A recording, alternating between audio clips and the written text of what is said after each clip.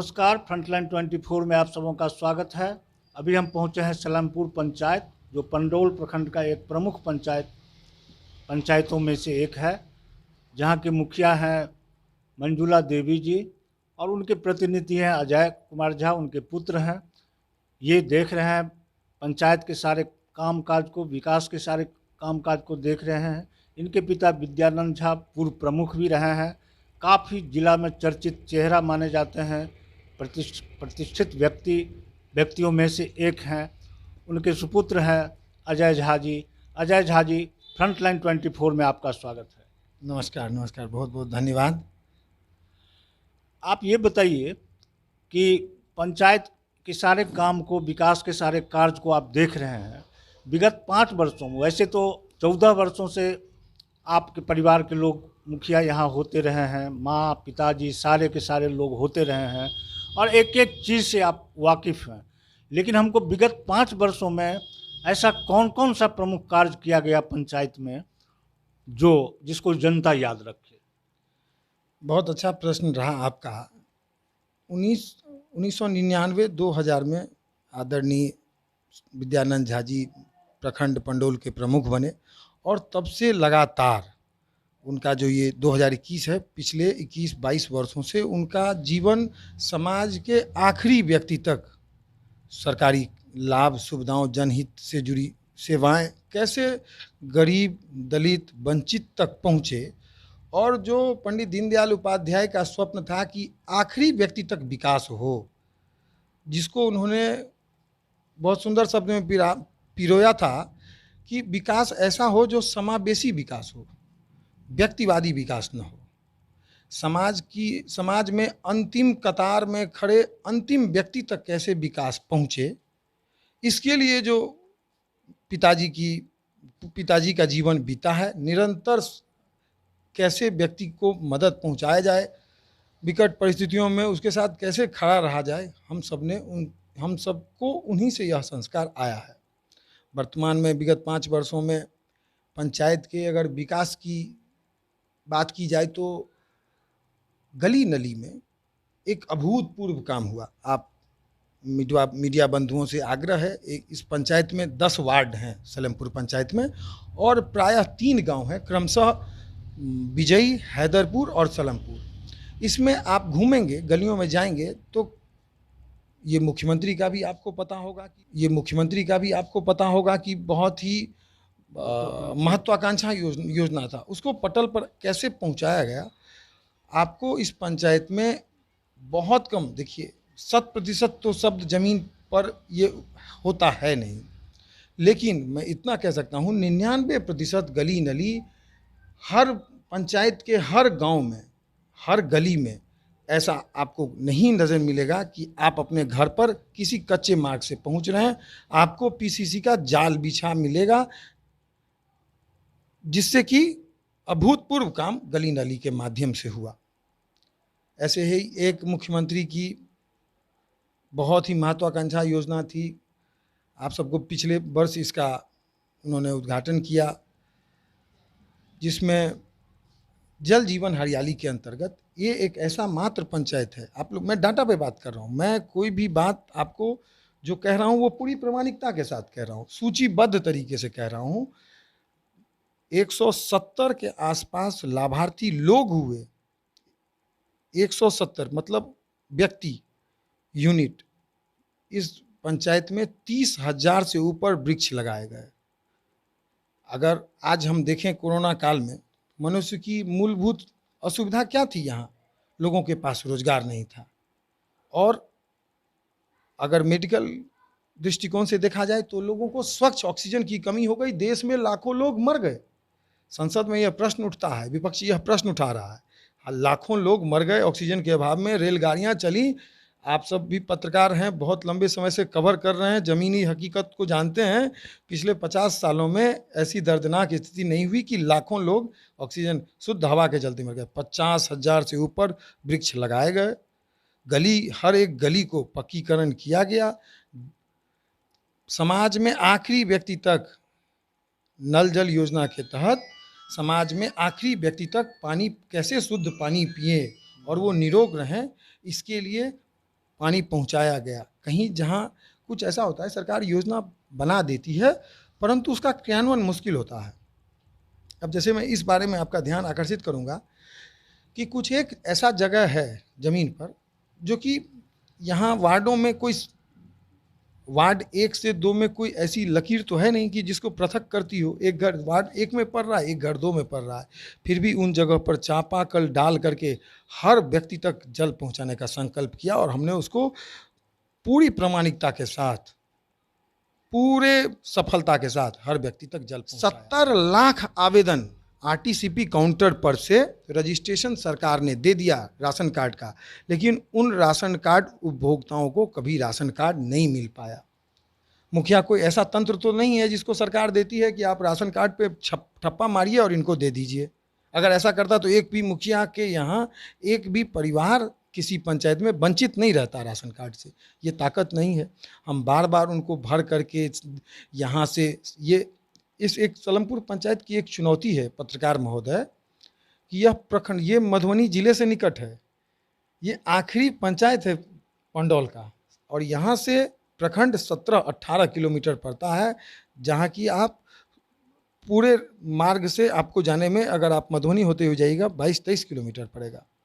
बगल में राजनगर प्रखंड है, बगल में झंझारपुर प्रखंड है, बगल में थोड़ा और आगे आप बढ़िएगा तो आपको मिल जाएगा बाबूबरही ब्लॉक, 5-10 कदम हटते हुए। बिल्कुल बॉर्डर क्षेत्र होने के कारण यहाँ पे विभाग की, अंचल की उदासीनता बनी रहती है लगातार कहने के बावजूद। लेकिन उन सब परिस्थितियों के बाद भी मैं अगर खुले मन से जो विकास पिछले वर्षों में हुआ है देखूंगा तो अपने आप को संतुष्ट पाता हूँ। अब ये बताइए, किसी समाज का विकास के लिए एक महत्वपूर्ण पहलू होता है शिक्षा और स्वास्थ्य, और एक आप युवा हैं, जुझारू हैं, पढ़े लिखे हैं, कर्मठ व्यक्ति माने जाते हैं आप, और बड़े ही माने पारखी नज़र है आपकी पंचायत के बारे में, आपको या प्रखंड के बारे में भी आप बखूबी जानते हैं। ऐसे पिता के आप पुत्र हैं जो बहुत ही एक अलग व्यक्तित्व वाले व्यक्ति माने जाते हैं वो। अब शिक्षा और स्वास्थ्य के लिए के संबंध में आप बताइए कि आपके पंचायत में क्या स्थिति है। शिक्षा और स्वास्थ्य ये दोनों विषय अलग नहीं है। यह मैं इन दोनों विभाग अलग हैं, सरकार का क्रियान्वयन अलग है, परंतु अगर मनुष्य के विकास, ह्यूमन डेवलपमेंट इंडेक्स जिसको कहते हैं, आपने कभी WHO वगैरह का शोध देखा होगा, तो ये दोनों विषय परस्पर एक हैं। अगर व्यक्ति शिक्षित होगा तो स्वास्थ्य बेहतर रहेगा क्योंकि उसको समझ होगा। स्वास्थ्य और शिक्षा ये दोनों विषय समाज या पंचायत इन सबसे बहुत ऊपर का विषय है। 1990 से आप जब बिहार का अध्ययन करेंगे शिक्षा और स्वास्थ्य का, तो जिस जंगल राज को आप जानते हैं, हम जानते हैं, तमाम व्यक्ति, हर पत्रकार, हर अखबार, हर बुलेटिन, हर मीडिया, लंबे हर विधानसभा चुनाव में ये आप एक जोरदार नारा देखिएगा। तो ये कहीं ना कहीं ये बहुत बड़ा विषय है। तब आज 15 साल नीतीश कुमार जी के शासन के बाद भी अगर विधानसभा में यह प्रश्न उठे कि जंगल राज, तो आप समझिए कितना बड़ा विषय था।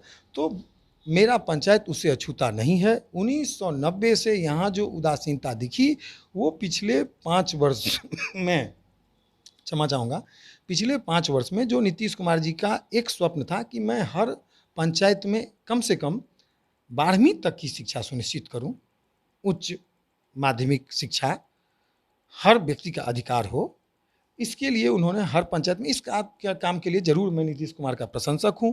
हमारे लगातार आवेदन के बाद मुख्यमंत्री सलाह के अंतर्गत जब भी उनका वेबसाइट चलता था तो इन बिंदुओं को हमने बैठक करके भी, ज्ञापन भी, तमाम शिक्षा मंत्री जब मंगल पांडे जी कुछ दिन के लिए स्वास्थ्य मंत्री थे उस समय उनको भी ज्ञापन देते हुए हम लोगों ने इस विषय में काम करवाया। और शिक्षा में उच्च विद्यालय मेरे पंचायत में है। मेरे पंचायत में 12वीं तक पढ़ने के लिए आपको कहीं बाहर नहीं जाना पड़ेगा, कहीं आपको पलायन नहीं करना पड़ेगा। बहुत अधिक राशि किसी कोचिंग संस्थानों का जो लूट, जो विषय सब जानते हैं, उसमें नहीं देना पड़ेगा और आप 12वीं तक शिक्षा यहाँ प्राप्त कर सकते हैं। स्वास्थ्य का जहाँ तक है, स्वास्थ्य की व्यवस्था आज भी मुझे इसको मानने में कोई गुरेज नहीं है कि चरमराई हुई है, सरकार इस ओर उदासीन है। हम लोग लगातार जनहित के मुद्दे को उठा रहे हैं। जब सरकार की आँख खुलेगी, हम चाहते हैं आज ही खुल जाए कि हमारे यहाँ से कम सामान्य, जिसको आप जनरल फिजिशियंस कहते हैं, जब तक कि जो बहुत विषम स्थिति नहीं है, सामान्य मरीजों को जो दवा है, जो परामर्श है, शिक्षण का परामर्श है, जांच का परामर्श है डॉक्टर से, चिकित्सक से, उसके लिए बाहर नहीं जाना पड़े, इसके लिए क्रियान्वत है। और तब तक क्रियान्वत रहेंगे जब तक इसको भूमिगत नहीं कर देते हैं, इसको भूमि पर, पटल पर उतार नहीं देते हैं। एक बात मेरे जेहन में बार बार आ रहा है कि आप युवा हैं, शिक्षित हैं, और यहाँ की जो वर्तमान मुखिया हैं आपकी माता जी मंजुला देवी, वो और पिताजी, अब वो लोग माने बुजुर्ग हो चुके हैं, काफ़ी पुराने ज़माने के लोग हैं। आप युवा हैं, आप पर बहुत लोगों की उम्मीद है। युवा वर्ग चुनाव आ रहा है, फिर से अगर यहाँ की जनता आपको चुन लेती है, आशीर्वाद दे देती है, तो ये दो वर्ग जो हैं, युवा वर्ग और महिला, उनके लिए, उनके विकास के लिए कुछ कार्य योजना आपके मन में है? आप जानते हैं, पंचायत ये बहुत बड़ा विषय है, बहुत शोध का विषय है। तमाम भारत सरकार के, बिहार सरकार के बहुत शिक्षित, बहुत मेधावी आईएएस, गृह सचिव, सलाहकार समिति इस पर अध्ययन करते हैं, इस पर शोध कर रहे हैं। ये विषय, रोजगार का विषय सामान्य विषय नहीं है। एक मुखिया जिसकी ताकतें पंचायत के अंदर सीमित हैं, उसे जो भी राशि दी जाती है खर्च करने के लिए, वो एक पूरे एसओपीज़ के तहत आती है। जो अगर ठीक है, हम इस विषय को जानते हैं, समाज में लोग कहते हैं, लोग बोलते हैं, झूठा दिलासा भी, परसेप्शन, राजनीतिक परसेप्शन है, उसमें लोग गलत बातें प्रचारित करके भी नेता बनने का प्रयास करते हैं, लोगों का नेतृत्व करते हैं। लेकिन आप पत्रकार महोदय, पंचायत कैसे चलता है, देश कैसे चलता है, राज्य कैसे चलता है, एक प्रखंड कैसे चलता है, इन विषयों से अवगत हैं।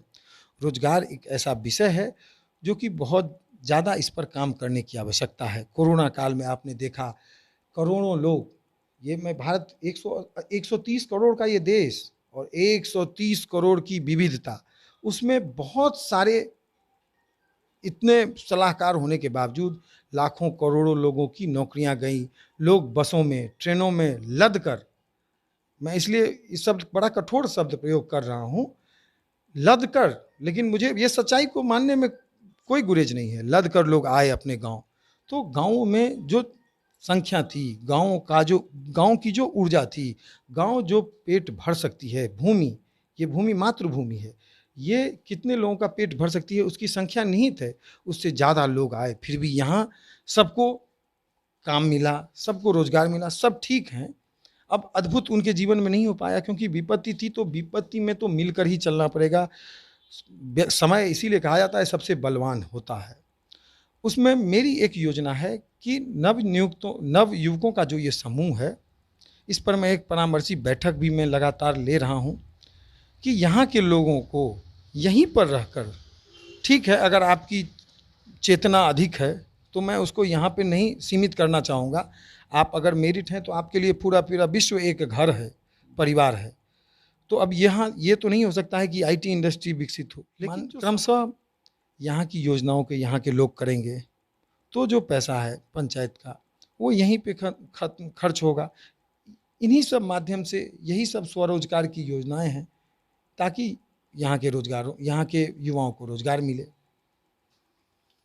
अब एक चीज़ बताइए कि पंचायत चुनाव का शंखनाद होने ही वाला है, बस अधिसूचना बाकी है। प्रथम चरण में ही पंडोल प्रखंड का चुनाव होना है, उसमें एक सलेमपुर पंचायत भी है।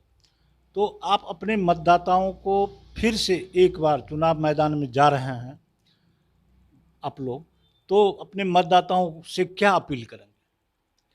मतदाता जनता जनार्दन है और मतदाता सब जानती है। सब एक दिन में उतार और चढ़ाव होता नहीं। समाज व्यक्ति का प्रतिबिंब है। समाज आपको देखता है, आप भले ही जाने न जाने, लेकिन समाज का कतार का आखिरी व्यक्ति आपके चाल चलन चरित्र सबसे परिचित है। ये ढकोसलाबाजी इन सब से समाज कभी विचलित नहीं होता। समाज ने देखा है मेरे पिता का कार्यकाल, मेरे पिता की व्यवस्था, मेरे पिता का संस्कार, मेरी माता की व्यवस्था, मेरे माताजी द्वारा किए गए विकास कार्य और हम सबके समाज के दुख सुख में रहे, परिभाषित हुए, परिपालित हुए, इन सभी विषयों को समाज ने देखा है। हम वापस पुनः पूरी दक्षता के साथ, पूरे विश्वास के साथ जनता के बीच जाएंगे, अपने कामों को लेकर जाएंगे, अपने व्यवहार को लेकर जाएंगे, अपनी ऊर्जा को लेकर के जाएंगे। और आशा है, विश्वास है, मैं इस समाज का बेटा हूँ, युवा हूँ, शिक्षित हूँ। उनके दुख सुख में 24/7 24 घंटे मेरा फ़ोन नंबर समाज में हर वार्ड, हर व्यक्ति तक, आखिरी व्यक्ति तक है। उनके लिए मैं 24 आवर विद्यमान रहता हूँ, उपलब्ध रहता हूँ। वह जनता, मुझे ऐसा विश्वास है, जरूर फिर मुझे आशीर्वाद देगी और पुनः माताजी प्रत्याशी रहेंगी और उनका वो आशीर्वाद पुनः मिलेगा। धन्यवाद। अजय झा जी, बेबाकी से इस पंचायत के बारे में जो भी सवाल हमने किया, उस सवाल का बेबाकी से इन्होंने जवाब दिया है। विकास कार्य क्या हुआ है माताजी के कार्यकाल में, पिताजी के कार्यकाल में, और एक युवा होने के नाते इन्होंने बहुत सुंदर तरीके से विश्लेषित की है सारी बातों को और विस्तार से इन्होंने चर्चा की है। और यहाँ की जनता पर इन्हें भरोसा है कि जो हमने काम किया है, जो मेरे माता पिता के आशीर्वाद से मुझे जो जिम्मेदारी दी गई थी, उस